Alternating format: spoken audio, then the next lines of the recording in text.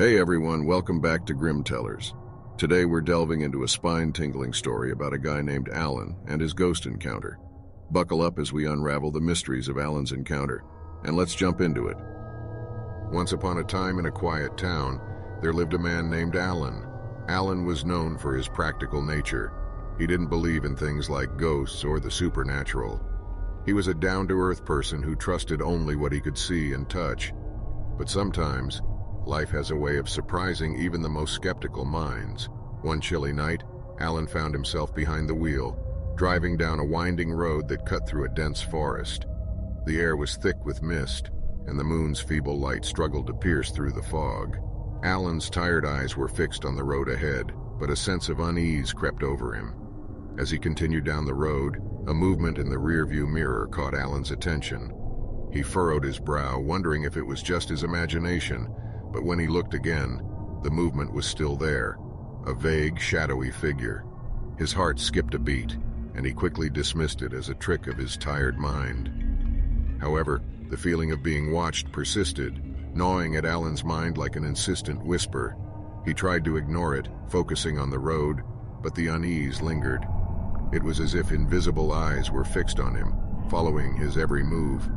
With each glance in the mirror, the figure seemed to draw closer. Alan's logical mind struggled against a growing sense of dread. He told himself it must be some sort of illusion, a product of the mist and his overactive imagination. But deep down, he knew there was something more to it. The mist thickened around the car, and the figure in the mirror became clearer, a ghostly silhouette, pale and elusive. Fear tightened its grip on Alan as his logical explanations faltered. He stepped on the gas pedal, hoping to outpace whatever was haunting him. But the figure matched his speed, as if it were a part of the mist itself. Panic surged within him, his breath quickening as the mist enveloped the car like a sinister embrace. The whispers began, a soft, haunting melody carried by the wind. Alan strained to make out the words, but they remained just out of reach, teasing his senses with their mysterious message. The figure's eyes, luminescent and filled with an otherworldly light, locked onto Alan's gaze. He couldn't tear his eyes away, even as a mixture of fear and curiosity overwhelmed him.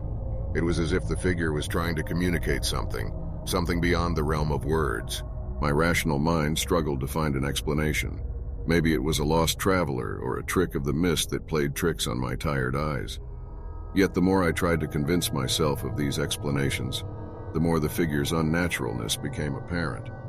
Then, as suddenly as it had appeared, it vanished. The mist cleared, and the road ahead stretched out before me, empty and silent. I pulled over, my hands still trembling, my heart still racing. I stepped out of the car, my breath visible in the cold night air, and scanned the surroundings for any sign of the figure that had plagued me. But there was nothing. Just the empty road and the stillness of the night. The weight of the encounter settled upon my shoulders, leaving me shaken and unnerved. I couldn't explain it away, couldn't find a rational answer to the inexplicable. From that night on, I carried the memory of those haunting eyes and the unsettling presence with me. I had glimpsed a reality beyond my understanding, a realm that defied the limits of reason. No longer could I dismiss the stories of the supernatural as mere fiction.